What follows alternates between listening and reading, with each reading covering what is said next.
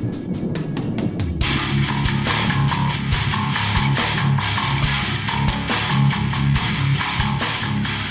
to Bitstorm, a comedy game design podcast by two guys who know nothing about comedy nor game design. I'm Ben Slinger, and with me, as always, is Trevor Scott. Hello. Hello. We're trying something a little new this week. I can see Trevor on my screen. We're doing some video chat. Usually we just have our lovely voices in each other's ears, but we decided to get our faces going. We can wave at each other.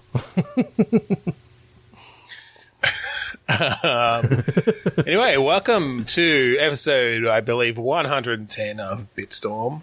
I think we're just going to go ahead and do some click pitch. Yep. Let's just do some single word click pitch, I think. Click pitch. Regular old click pitch. We've done it many times before, but for those who might just be joining us, Trevor, why don't you tell them about what click pitch is? Click pitch is a game where we've each got a random word generator in front of us.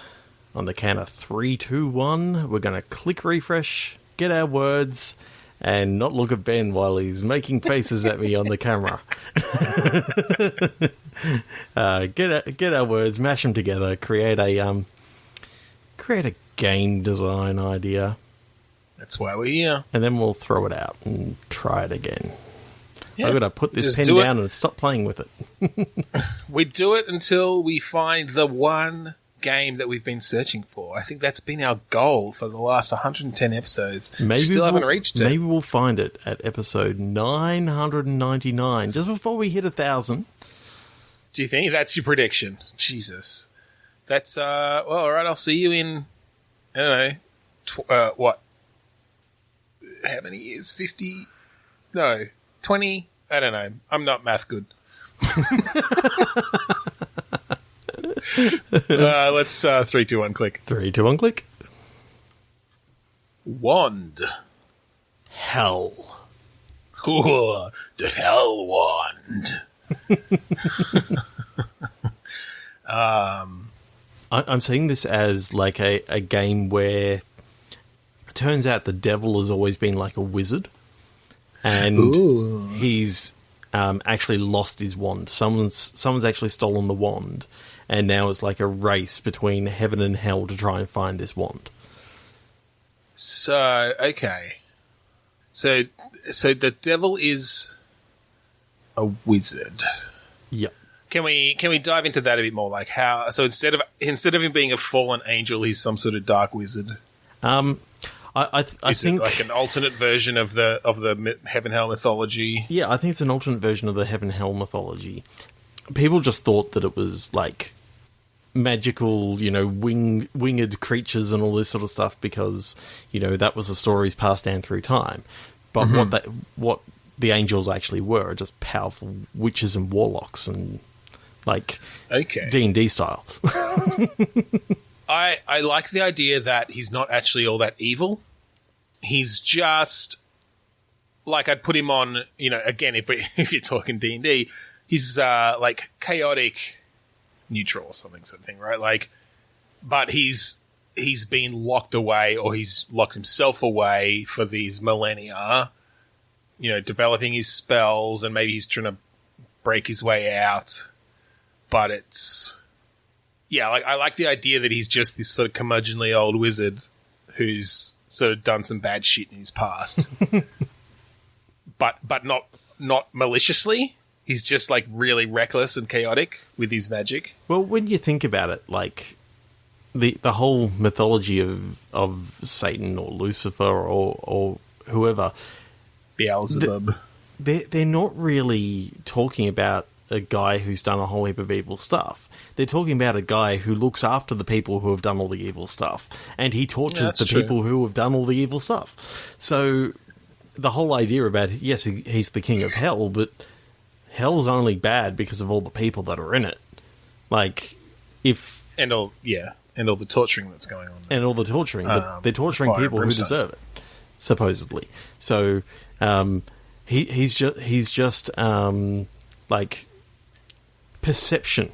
People's perception of Satan or Lucifer is that he's this big evil guy, and he's just this this super powerful wizard who didn't like something that God said. Got sent down to hell to look after. God's a wizard too, though, right? Yeah, but he's an even more powerful wizard. He's sort of like the Saruman sort of level, and I'm thinking the Lucifer is like the Gandalf for taking your Lord of the Rings. And who's the Dumbledore? If we're just going to keep mixing up all our sources. So your Dumbledore, that's probably more of your lesser wizards. So maybe Dumbledore is like the Archangel Gabriel, or. Well, no, okay. Let's not go into that much of the mythology. I like the idea that generally God and Satan are wizards. What I kind of like is that, again, Satan is just kind of this chaotic, curmudgeonly old guy. They sent him down into the basement of the world because he was causing too much trouble.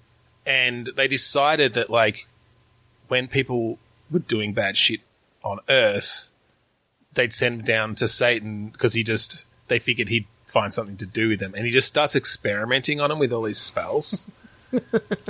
So, like, to him, they're just test subjects. And if you're not cool enough to hang out with God and do all the cool wizard shit up there, then you go down and you get experimented on by Satan. Yeah. So, given that backstory, how does his wand go missing? Does someone, like, steal it and escape hell? Or does he leave hell for the first time in, thousands of years and somehow it gets... I kind of like the idea of... It's sort of like the Lucifer series by Neil Gaiman where, Lucifer ends up back on Earth. But as soon as he ends up on Earth, he gets mugged and his wand gets taken straight away. And like he underestimates... Yeah. Yeah, he underestimates the fact that when he's on Earth, he's actually like just a normal mortal, except for, he can use magic and shit. But he just gets the shit kicked out of him and the wand stolen. And... And so now it's just I'm picturing almost like a, maybe a God of War style sort of mystical battle in which you're working your way up, gradually powering yourself up through collecting, maybe it's the souls of the bad people that he's sending or something like that. That's leveling him up. Who are you playing, Satan? Yeah, I think so. Okay, so you're playing Satan trying to get his wand back. Yep. I think this bad person who's taken the wand has basically started warping reality. So when you're battling through New York, you start seeing some mystical sort of shit happening. And... whatever fucking city you want then. In the Lucifer series by Neil Gaiman, it was Los Angeles, but I'm like, I just wanted to take it somewhere else that wasn't there, and I thought, what's an iconic city that gets totally fucked up quite easily? The American media has washed our brains. Fine then, it's Hobart. Anyway, that's just our go-to now when we need to not be in an American city, Hobart. Or Sydney. Or... Okay, I like that. I like that as a God of War-ish sort of thing. And so what sort of... I guess you must have some innate powers, but is it that when you're in the mortal realm, like, you're not used to using them there, or you have to, like, rebuild them in some way? Like, how are we going to do the whole bring you back to zero kind of trope of this powerful being to make this powerful being have to actually build stuff up? Well, I think because he hasn't been on Earth for many years, and he was just reliant on all his wand powers.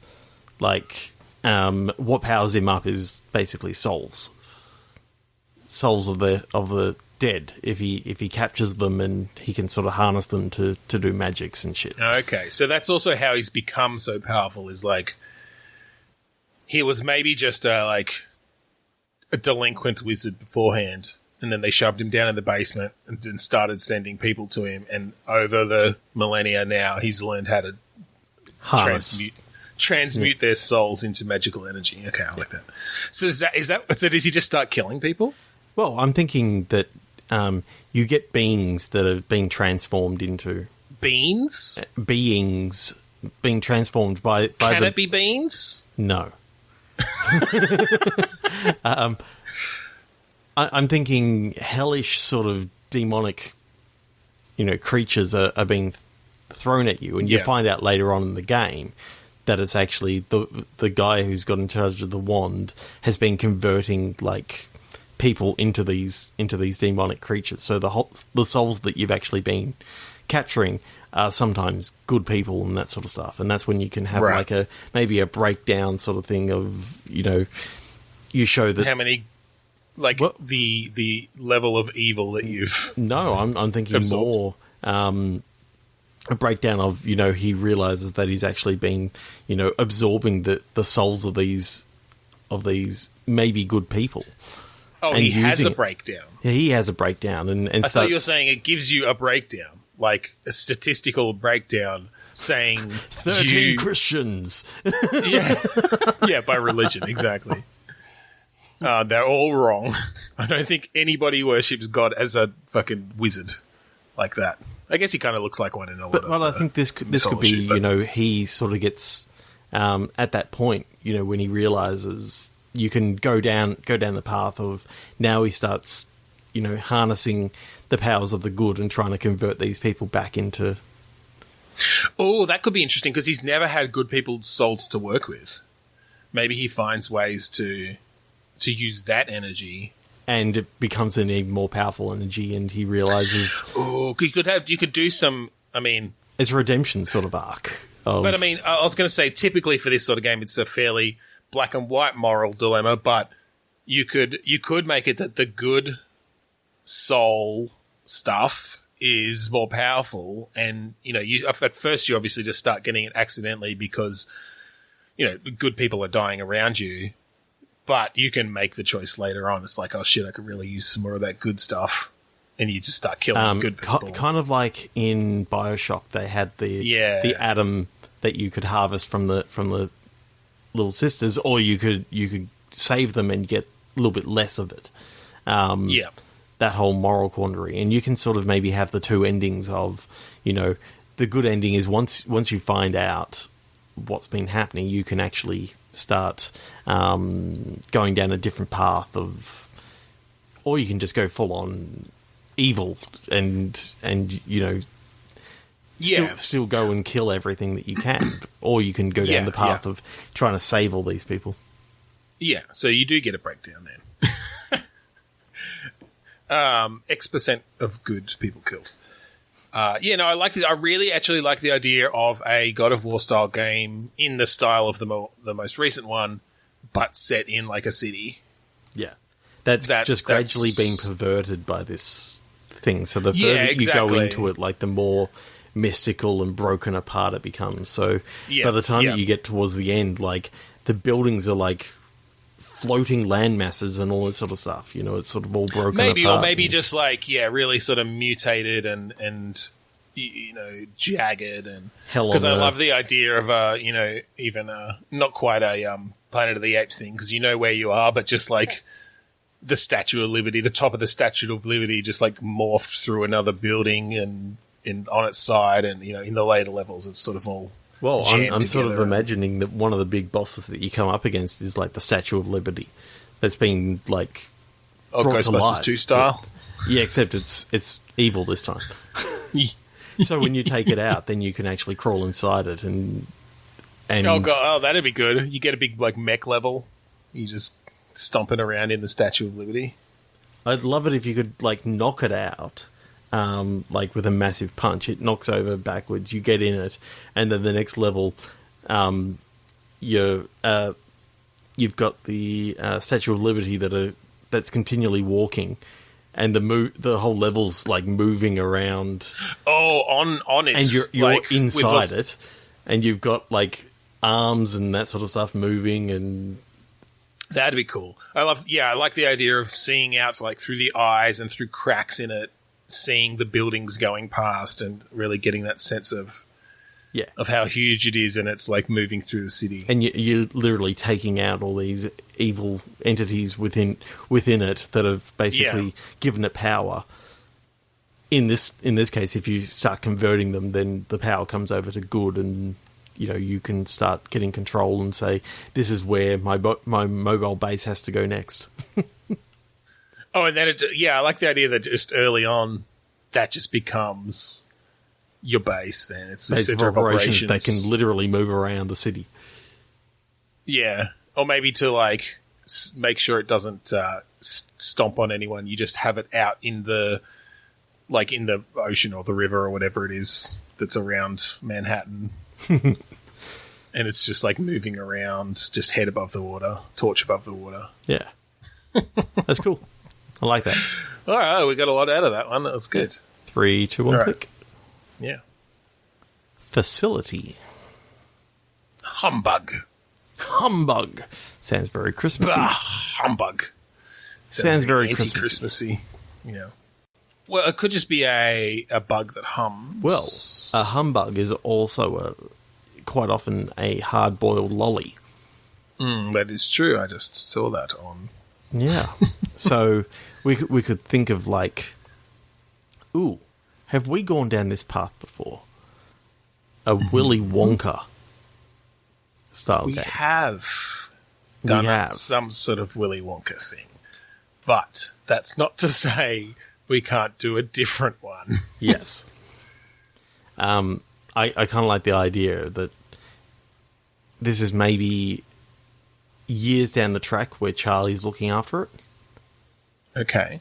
And Charlie's getting old. He's sort of like at the same age that Willy Wonka was, and he realizes that the exact same thing has sort of happened again in the fact that he spent all his time on the chocolate factory. Right. And he didn't actually have a family, get married. I'm picturing that maybe the Oompa Loompas are somewhat died out a little bit, because there were no female ones. It's true, as far as we've seen. In fact, in the Johnny Depp one, they were basically just all clones of one dude. Oompa Loompa. So I kind of like the idea that they're all clones of the original Oompa Loompas, but because how when you like copy a video off a videotape, it gets more degraded each time. The same thing happens here in that they just get stupider and stupider every time. They start looking more and more like Michael Keaton.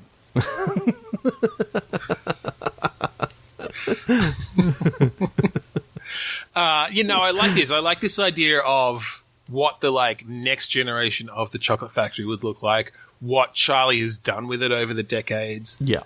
Though I wonder if instead of him just not having had a family at all, I kind of like the idea of he got married but never had children, so he still doesn't have anyone to pass it on to. Yeah. But I like having the dynamic between him and his partner, and how they're dealing with it together and that sort of thing. Or they found out after they well, maybe what you can find out is they actually had a tragedy in which their child died early, so it sort of put a bit of a fracture in their marriage and that sort of stuff. You can have a little bit of animosity going on there, and something that's not really been talked about. It's not a perfect marriage, and it's not a perfect factory anymore either. I'm picturing maybe a little bit of stuff run down, and so although I was also liking the idea of how it would look a bit more modern as well, because a little bit more sterile. Yeah, because obviously if we go by the movie, and I mean, which did a pretty good job of representing the book, I feel. It was a pretty it was filled with character, right? It was messy and kind of, he was a bit of a mad scientist kind of guy. Yeah. But I kind of like the idea that Charlie, I keep dancing around pronouns, But I think it'd actually be really interesting if we make it a same-sex relationship.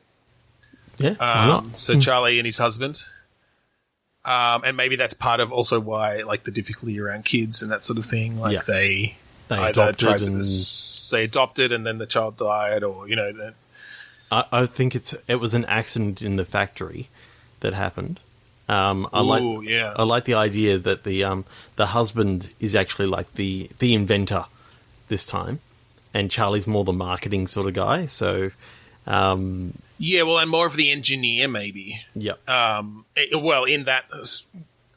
that he's more sort of clinical and specific about it, whereas his husband is more creative and more inventive and coming up with new candies and new chocolate and that sort of thing. And then Charlie helps him bring that to life, but it's in a very regimented way, and that is why now the factory is, I mean, I guess closer to a normal factory, except you still get all these elements of wonder in there just because that's necessary to make the types of things that Wonka makes. Now, did you ever read Charlie in the Great Glass Elevator? Yes, where they went to the space station and all that sort of stuff. I like the idea that and met the Vermicious Canids. Yes, I like the idea that the Vermicious Canids were like so traumatizing to him that like his psyche broke a little bit. Like, I like the idea of, what about that Great Glass Elevator? And he just he gets a bit tenses up and basically says, do not go anywhere near that, and just the whole demeanor changes, and then he gets all light and fluffy again. I kind of like the idea of this dark past of maybe it was and that's how Willy Wonka actually died. Like, he died in a Vermicious Canid attack in retaliation for what they did in Great Glass Elevator. Yeah. Okay. I like that. So what's the gameplay? What is this game? Because we've come up with a cool world, like, sequel. So I like the idea of you play Charlie. Okay. Taking these kids through the factory. And ooh, okay. So, all right. So you were sort of mirroring the original story, but in this completely new context. I like that. Yeah, it's on the other side in showing that, you know, he's really trying to get these kids all the way through. I think it's in almost it's almost a Jigsaw style thing in the fact that you know, each one of these rooms are a test for one of the kids. And Charlie really wants these kids to make it through, and you can sort of help them get through. But if you know, by what you sort of say in the dialogue and that sort of stuff, you can push them. You got to test them in certain ways. But if you push them too hard, then they'll actually go and do the thing that you didn't want them to do, which is drink from the chocolate river, or you know, try to. Well, we gotta come up with new ones, right? I think you got a couple of the same ones, but you've also got like. Well, I think it can be the same vices, right? Because they were all around gluttony. You know, I mean, gluttony, greed. Yeah, like Veruca Salt was just greedy, and I mean, chewing gum. That's really the only thing that Violet did wrong. Yep, was want to chew gum. Mike TV was just reckless, I guess. Yeah. Yeah, when I think about it, it wasn't actually really solving any, you know, or teaching any lessons about most, you know, any real problems with their personalities as such. Except Veruca Salt, and I guess to a degree, what's the Augustus Gloop. Gloop. Such a good name. So you're thinking point and click, basically? Yeah, I'm thinking point and click with, the first part of the game is you setting up, okay, here's the route that we're going to take through the factory. And then... Oh, to that degree. Well, if we're really going with the story side of things, I feel like it should be mostly linear. I guess you could set up the route and just have it happen in different ways and have some different conversation options depending on which kids are left. Yeah. But I like the idea of starting it, like the opening scene is the kids coming in. But then we do flashbacks to Charlie and his husband, like discussing it, like how are they going to do it? Like, why is he doing this again? What is he trying to get out of? You have a flashback to, when Charlie actually won the competition. And you see Willy Wonka sort of taking him through and all the things that happen afterwards, just after that. And then, sort of coming back into the present. And I like the idea of going into Charlie's face as a kid, doing that sort of aging change on the face and then going back out as he's now, basically the Willy Wonka-esque. Well, so I like the idea then, though, that it zooms back out and you see the factory working completely smoothly around him, but it's sterile, like we were talking about. And the reason for doing this is that he's realized, and maybe the factory's failing, he's realized that the reason it's failing is because he's gone too far away from the joy that Wonka brought into his products, right, and his factory. Basically, you go into that room with the chocolate river, and there's literally just like a small little chocolate river, and there's none of the greenery around. It's all like white and and everyone's in somewhat sterile and has lost some of that magic. I do like the idea that Charlie's changed his name to Charlie Wonka. Charles Wonka. Yeah. He's grown up, you see. He's not Charlie anymore. So Charles Wonka.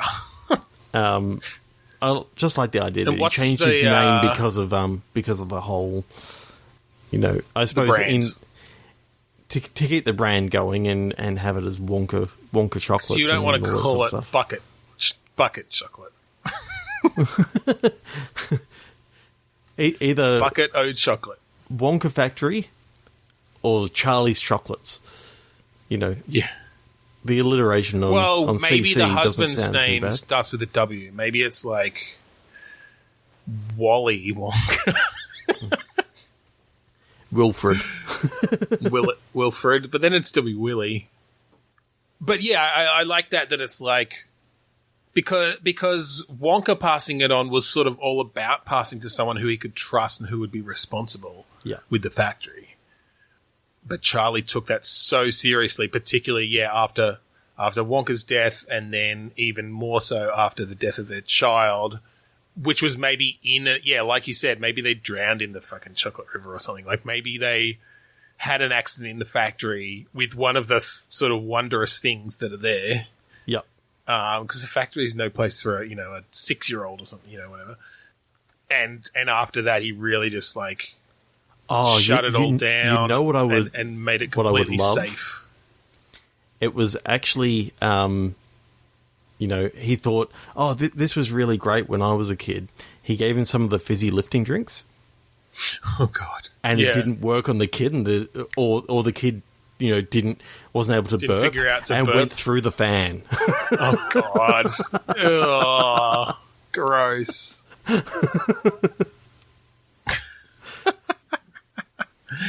Well, in the books, at least, definitely one of the Oompa Loompas just went into orbit because they had fizzy lifting drinks. Yep. Yeah. All right. I guess the point is that this time it's going the other way. Like he's realized that he needs someone that's got that wonder and joy that Wonka had into adulthood. Mm. And so he gets more teenagers in, and he's looking for the teenager who exhibits that, Yep. And so I think it is like you've got the teenager who doesn't get off their phone, and maybe you teach them a lesson about, not looking where they're going or paying attention to what's happening around them or something. You've got the kid who won't stop doing parkour. I don't don't know. You've got the kid who won't stop talking about Fortnite. Yeah, you've got the kid who... One of the lessons is just, like, don't ever fucking dab again.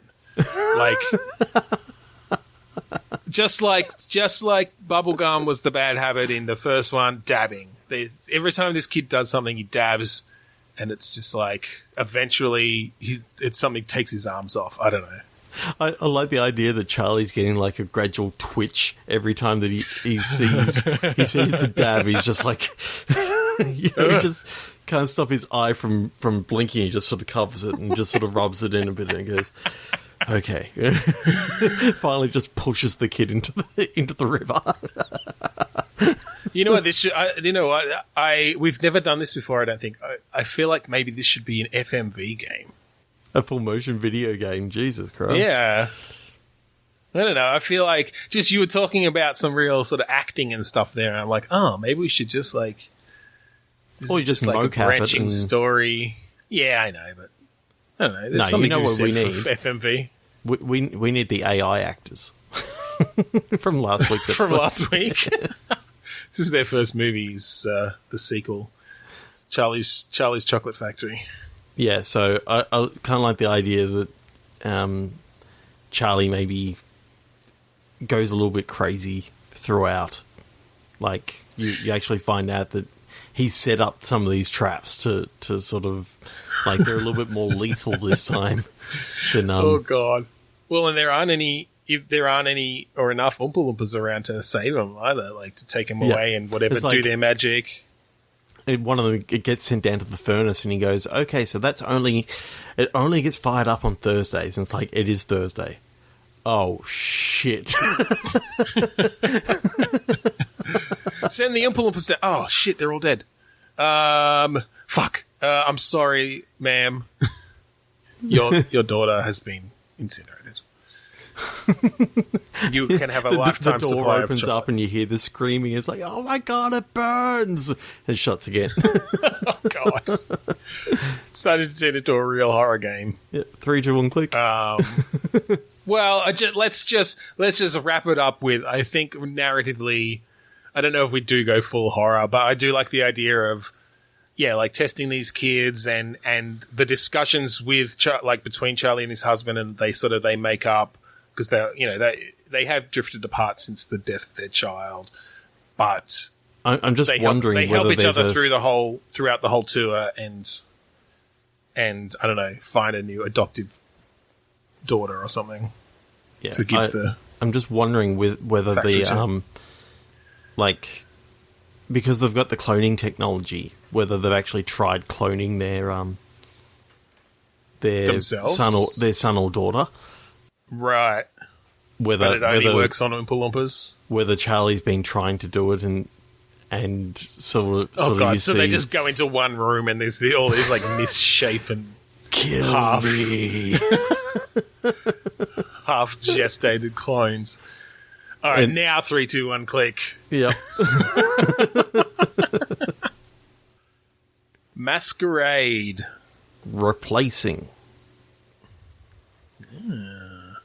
Okay, I could see this as some sort of infiltration game. Or spy sort of situation.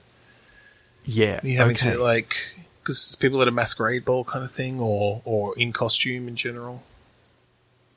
I can sort of see this as I'm sort of thinking either Russian spies or it's maybe Alien that are coming in and trying to replace people at this masquerade ball with their own agents / people. So you're basically trying to go through and... So I just had the idea that it's body snatching aliens, and they come down to Earth, but the first house they go into is having a masquerade party, so they think that's what we look like, and they start morphing into those shapes. Oh God! And so they become these humanoid things with these long noses and feathers coming out the side, and I don't know. One person showed up dressed as fucking the Grimace, because they didn't realize it was a fancy masquerade party. They just thought it was a costume party. And that was the first character I could think of. Maybe because if you were looking at our previous conversation, you saw a Grimace photo in our conversation. I didn't. Today. But I just, that was what came to mind. Actually, what first came to mind was Big Bird. But then I thought that was too much like just the masquerade things anyway. I wanted something different. Yeah, so actually they're really obvious. Yep. But maybe they actually come in peace. Like, they're not here till... Like, they are trying to infiltrate us, but we're just like, you're an alien? Like, we know you're not human. You don't actually look like us. And, like, they can't change once they've... Well, they can only change one... You know, they have to build up enough energy in their little, you know... So, do mutation. You play the aliens? Maybe. And so, you come down, you see the masquerade ball, and you know, choose different people to basically sample and become, you know, look like that particular person. Well, I don't think you have to sample them in that. I think it's literally on site. Like you scan them. You've got some sort of visual scanner. But of course, like, your face is still made out of flesh. Yeah. What I like, though, is that's only the first level. The rest of the levels are now, okay, you chose what you're looking like for the rest of the game. And so if you happen to choose the person with, like, the phantom mask, you know, you're probably better off than if you chose the person with the extremely long nose and the feathers. And I kind of like the idea that they don't know about clothes. So... they just build them into their skin, and like it's made of skin and feathers and fingernails and... Oh, God. I'm picturing like this swishy sort of skirt that this alien's got on, and it's like, yeah, that's all just flesh. I don't know why these humans do this, and then they see that particular human the next day. It's like, yeah, we kind of fucked up. yeah. I love that they're just these bumbling aliens. They just didn't do enough research. So what's the? Because I kind of like the whole idea. Then the whole game kind of revolving around the fact that, well, now everyone knows there are aliens here, and you can't infiltrate them. So is it like diplomacy and stuff? Like, what are these aliens trying to do now? Or have they just assimilated? Are they just like trying to live there? Looking like that. So, is it sort of like Coneheads where that ended up, if you remember that film? Vaguely. I don't really remember what happened at the end. Yeah, but pretty much what actually happened is they came to Earth. They had the big cone heads, and they basically tried to assimilate into culture and just didn't really care what they looked like. They started going to school and all this sort of stuff, but then they ended up having to go back to their planet because they were like fugitives from their planet, and finally they got to stay on it. I could see this almost as like a visual novel style, just not even an inventory based point and click, but purely a dialogue based point and click. But I think 3D and like so you can get the full brunt of this body that you've chosen.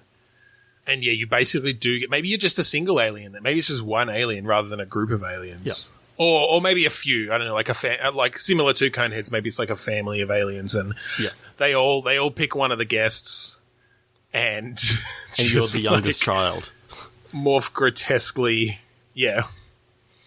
into.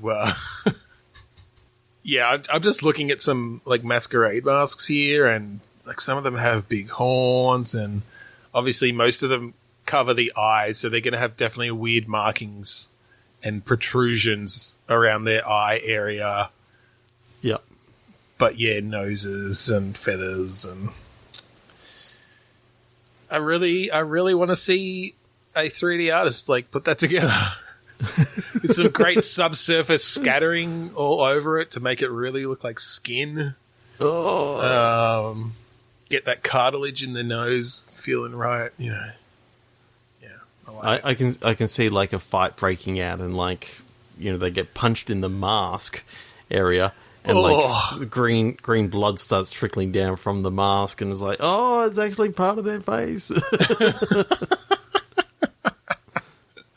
Well, not to mention not to mention the rest of their body. If they're basically like have a tuxedo melded into their skin. Yep. They're just nude all the time. They're nude all the time. It just looks like they're clothed. Yeah. All right. 3, 2, 1, click. Yeah. Calculation. Graphite. So you use a pencil. You are a pencil. Ooh. Okay. You're a scientist in a world of office supplies. And you use your butt, which is... You use a tiny human. You use a tiny human to do your calculations. No, I like the idea that like the entire pencil, like legs are coming off, just like the eraser part is like where the head is, and the butt is where the grey lead part is. So I'm just picturing like this graphic of them like grinding out like words and calculations and stuff. And we just squat down a bit just to grind out like. And he has to do like +5. He has to do an ellipses, and he just starts twerking.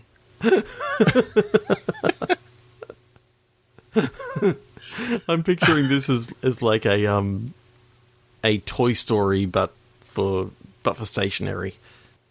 Yeah, well, look, we've done very sort of narrative heavy point and click games so far this episode. Maybe this is more of an action based sort of thing where drawing with your butt is sort of part of the gameplay. So like maybe you're running and you hold down right trigger to crouch, and you'll start leaving a line behind you, and maybe that's maybe that blocks things, or maybe I don't know what you're doing with the lines, but I do like the idea of an action adventure. I like the idea of being able to like maybe what you're going up against is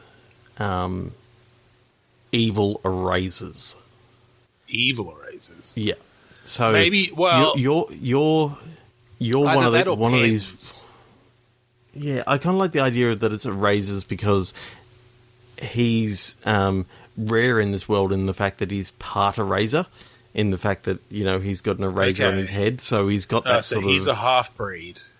In this world, pencils with erasers are very rare. He's a rub blood. Yep. A rub blood. And I think the sequel can literally be where ink comes in and. Okay, that really screws things up. All right. So, having to fight off against erasers. One of the things that erasers have to do is like rub out graphite whenever you sort of do it. So you can sort of use graphite as you put some graphite down on the ground and hide, and it's sort of like a stealth sort of thing that you're hiding behind a corner. The erasers come up, start rubbing it out, and you can sort of sneak off and create another distraction. But I was also thinking that, and I don't know if we make this science-based alternative to some sort of magic, but I like the idea that drawing certain symbols on the ground will cast attacks. So if you manage to draw a circle around an eraser, like it does sort of an area of effect in that circle, or if you draw a fucking pentagram, you've got a powerful attack or a power up or something. But yeah, I do like that idea of also leaving a trail of graphite behind to lead them somewhere where you can take them out. Yeah, so you can lead them into like a trap that you've got set up, of a trap of knives or something like that. You just happen to run this graphite line all the way into this. What takes out erasers? I guess just stabby. Yep. Scissors take them out pretty quickly. Mm-hmm. I kind of like the idea that erasers used to be sort of like a subservient sort of. Okay. But they've sort of risen up in the recent past, so they realise that they actually have all the power. So as a pencil, you're trying to oppress the downtrodden. No, I think you've been sort of ostracised because you're halfway between both of them, halfway between a pencil and a razor because you've got an eraser head. Yeah, I kind of like the idea of it being like a razor head, like that's your character's name. That's your character's name, and everyone's just like, wait, like the no, just, I mean, look, I have an eraser for a head. So you get ostracized by pens. Erasers hate you as well. What's actually happened is pencils used to be, not king of the hill, but they sort of treated everyone. They came first, yeah. They came first. They treated everyone with respect, but then erasers realised that they had the real power because they could rub out everything. So they sort of oppressed the pencils, and you're going on a journey trying to not necessarily restore the balance, but trying to mend relations in some way. Mend relations in the fact that you're on both sides. So by killing a lot of erasers. I'm thinking that there's some evil erasers that you got to take out, but the majority of them, they're just trying to get along. And we're going very deep on story again. Yeah, I know. It's fine. I like the idea of it. But my gameplay thing was, I think, obviously you need to find pencil sharpeners too, right? Like you've got a certain amount. You can break a lead. Oh, you can break a lead if you hit the button too hard. Yeah, I think depending on what you're drawing on, like if it's something sort of say rocky on the ground, you can actually, you got to be very careful to not get any horizontal force onto the lead. Otherwise, you'll break it and you'll gradually wind down yourself. Now, you've only got a certain limited amount of lead, and the smaller that you get. In a very cartoony way, he just like yanks his legs up a bit higher, so that his whole body goes down. Always sort of sits, so that he doesn't have to crash down too far. It just okay. I like this. I like this a lot from a gameplay point of view, especially. I'm trying to think of what other uses there could be that you really have to use the pencil a lot. I guess just sort of puzzles in the area. Maybe you have to like connect circuits together and stuff. Yeah, I was just thinking because graphite can be somewhat conductive. That you can connect different circuits together, and you can have some puzzle solving elements in some parts. Or maybe you just have to write words, or draw symbols or something to like get past a certain bit, or figure out what symbol you need to draw. Yeah. So I think having this sort of thing where, depending on the sort of fights that you're going into, there's certain times that you're going to be cut down have like a big bunch of yourself sort of cut off or broken, that you got to like resharpen, and all of a sudden you're down half an inch. So I mean, pencils can't regrow. So like, do you literally have a limited amount of graphite for the entire game? Yeah, but I think we're very lenient on. You fudge it a bit. Yeah, you fudge it a bit in the fact that you get down towards the end and you realise that it doesn't matter how many times you sharpen, you're never actually going to get down to the point that you can't finish the game. I don't know. I like the idea of like speedrunners, or like an achievement being like, on the first pencil sharpening you find, sharpen yourself all the way down and still make it through the game. Because you realise maybe you can just every slide puzzle has shit. Maybe every puzzle has a non-drawing solution. That might be a bit too much work. Maybe you just have to crawl through places. Like, you can just crawl around puzzles if you're small enough. Parkour over them. Or you're just lighter and you're smaller. You can fit through gaps and get a bit higher jump or something. Oh god. Yeah. I'm imagining like this tiny little pencil running around, like just it's eraser and tip. That's literally all that you've got. You've got the eraser top and you've got the tip. Yep. I like Barely the idea enough room that for its there's arms and legs.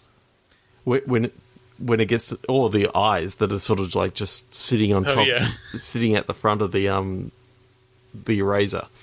Like the idea that by the time it gets to that size, it does look squished. Like the eyes are kind of bulging out. And yeah. I'm seeing in this, though, what actually starts happening is you realise that you're going to have to start using your eraser powers as well. So breaking circuits and stuff to, that's good, actually. to get out. Yeah. After you manage to get into this place and you basically set this base to explode, now, as you're running out, any circuit that you've sort of done along the way, you got to sort of, erase, and you're finding yourself that you're shrinking from the top and the bottom. From both ends. From both ends. But I think what can actually happen is there's a doctor who can perform a pencilectomy. Right. You get a donor pencil. They can basically, you can effectively, get your mind transferred into a blank. I kind of like the idea that they just cut you in half and glue a chunk of pencil in between. So that when you get down to that bit, you are a different color of lead. They managed to extract your essence and put it into one of those refillable grey lead pencils that you now got. So you have to tap yourself on the head, bonk, bonk, bonk, bonk, to get the lead down. I like that. I feel like the controls could be really interesting too, because I'm kind of picturing analog drawing controls. Well, sort of, in that I think if you hold down the right trigger, he crouches and just puts the tip of his butt on the ground. And then if you use the right thumbstick, he kind of rotates in a circle around himself. Yep. So if you just literally rotated the whole thumbstick in a circle around yourself, you draw a perfect circle around him. Yep. So basically it's controlling the direction that your butt is facing. And then as you walk, so if you walk sort of upper left and held the thumbstick down, lower right, then he'd be drawing a line up in that direction, that sort of thing. Your hand just came right towards the screen then, and it just sort of oh my god. You have a 3D... Isn't it a 3D TV? It is. No, I like that. I like that a lot. Yeah. So, cool. Sequel, pens come down there from outer space, and now you're teaming up with a one of those pen erasers. Those erasers that have that are supposed to be able to erase ink. But what they do is they normally rip up paper, and it's basically in the sequel the whole thing is that almost like Sonic 2 where it was Sonic and Tails. This time it's a Razorhead and a razor. A Razorhead and a razor. Okay. I was really trying to think of a good pun around pens, but I could not think of it. Oh, it could be Independence Day.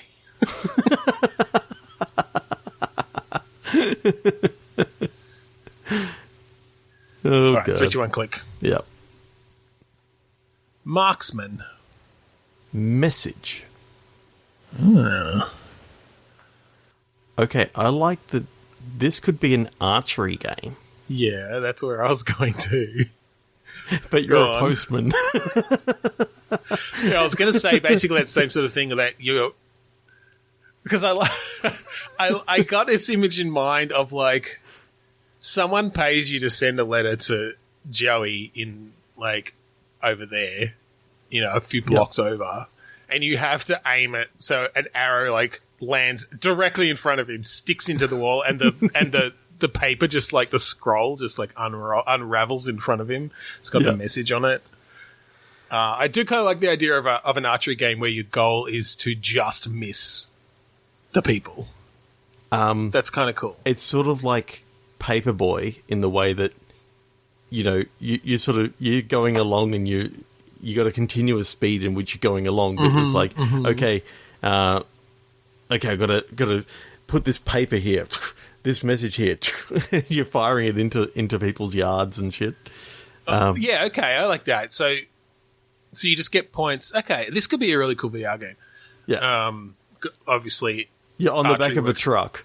Archery works quite well in VR, but yeah, having to like pick up the right type of thing and then pull it back and hit a target correctly with it. So if it's letters, you have to hit. You really have to be able to hit the mail slot. Like, well, that's like top points. That's like, that's the goal. Is fire it straight through the mail slot or into a mailbox, maybe.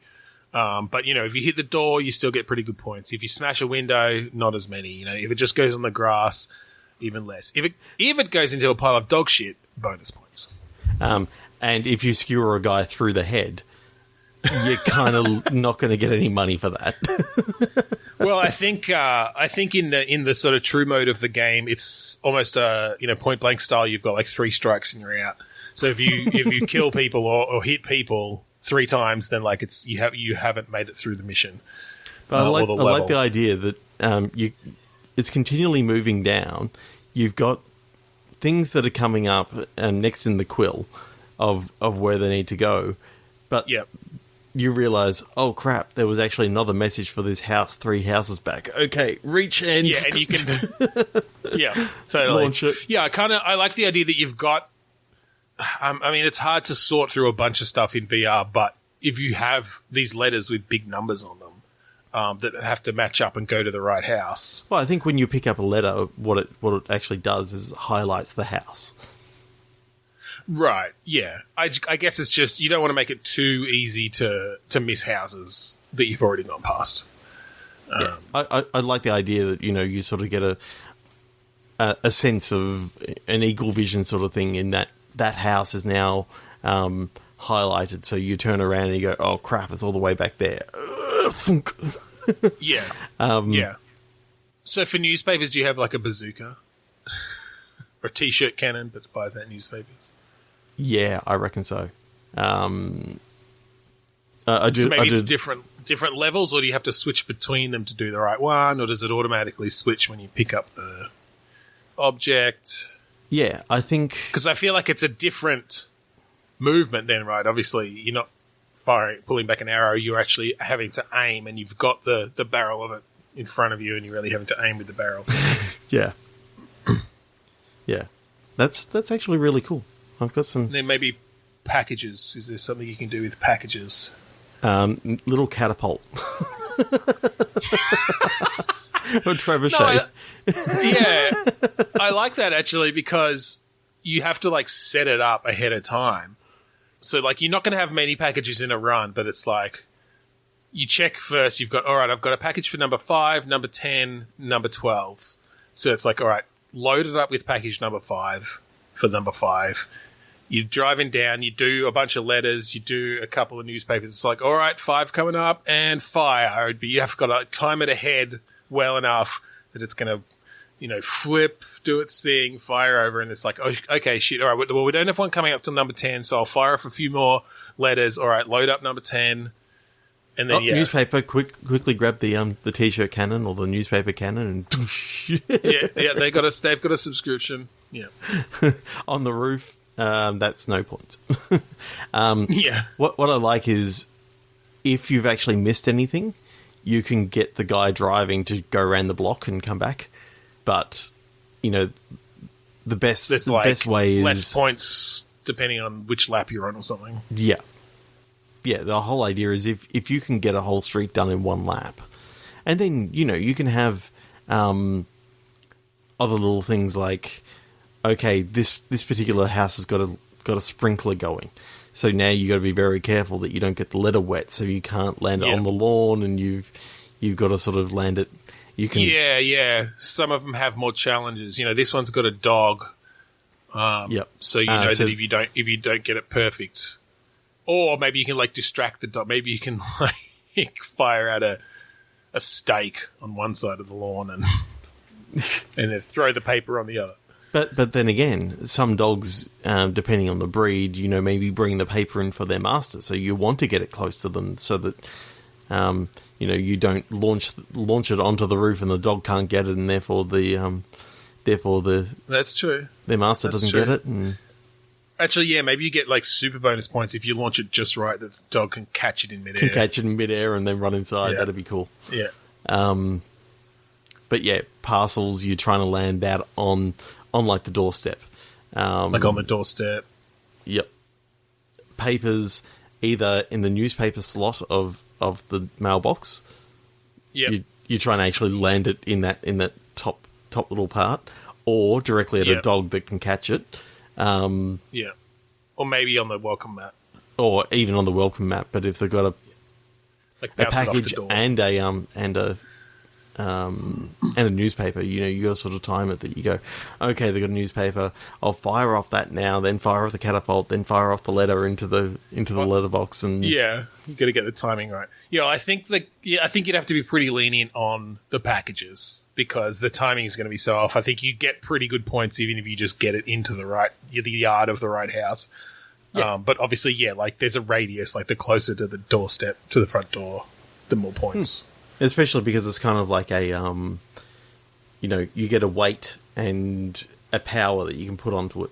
So if it's a really right, you have to look at the label. Yeah, see the weight of the package. See the weight. See if it's fragile or not. I wonder if you have other options. Do you have to wrap it in bubble wrap or something? I'm picturing. There's a lot of potential there. You put the angle right down, but the power right up, and it just this really heavy package just crushes the door, crushes the dog. You want to try and land the fragile glass package onto the grass that's a little bit softer, or onto a nice flower bed or something. Yeah. No, that's really cool. That's cool. I feel like I could make that game. Like, I feel like that's simple enough as well that's totally one to develop. So I always like when we come up with ideas like that. Yep. So that's a lot of fun. All right. So we'll leave it there tonight. A quick little chat that before the next episode is released, we will have competed in the Global Game Jam. This is true. We from the weekend of the 25th and 27th, the Global Game Jam is on, and we shall be at the Melbourne site, run as usual by the wonderful Giselle Rosman, who has been on the show, and we're very excited. Yes, very much so. So we'll be designing a game. Hopefully we'll be able to give a little bit of a retrospective, not on the next episode, but the one after that. Yep. Like we did last year, we'll probably do a little bonus retrospective. Yep. And we have my brother-in-law Ryan coming with us. Another Podchaser alumni. That's right, another Podchaser founder, and he's got some art skills. He's the designer on Podchaser. So hopefully this time it won't be boxy art. It'll actually be pretty art and maybe some good materials and shit. Exactly. So, that's going to be a lot of fun. So we will definitely give a report on that. Yes. So I thought we'd say it. Sure, we're going to be recording our next episode before that happens, but this is the last episode before we actually go. So that's true. So hey, if you're in Melbourne, come down and join a jam with us. Let us know if you're going to be there. There's still tickets available. But let us know. It's a lot of fun. You don't have to stay the whole weekend, but we are. And you don't have to have skills even. So we certainly did it last year. Go have a look at our game. Boom. Boom. All right, well, let's leave it there, I think. Thank you for joining us this week on Bitstorm. If you want to find us online, the best place to go is podchaser.com/Bitstorm. All of our socials and everything am up there. Okay, and we'd like everyone to check out the AGPN network. Oh, the AGP network, whatever, the Australian Gaming Podcast Network. AGP Network on Twitter or the Australian Gaming Podcast Network on Facebook. And finally, check out Kuridas' full-length album, Containment Failure, featuring our theme song, Mount Defiance. That's it. So, thank you for joining us again this week on Bitstorm. I'm Ben Slinger. I'm Trevor Scott. And, oh my god, I don't have any butt anymore. I've sharpened it all away.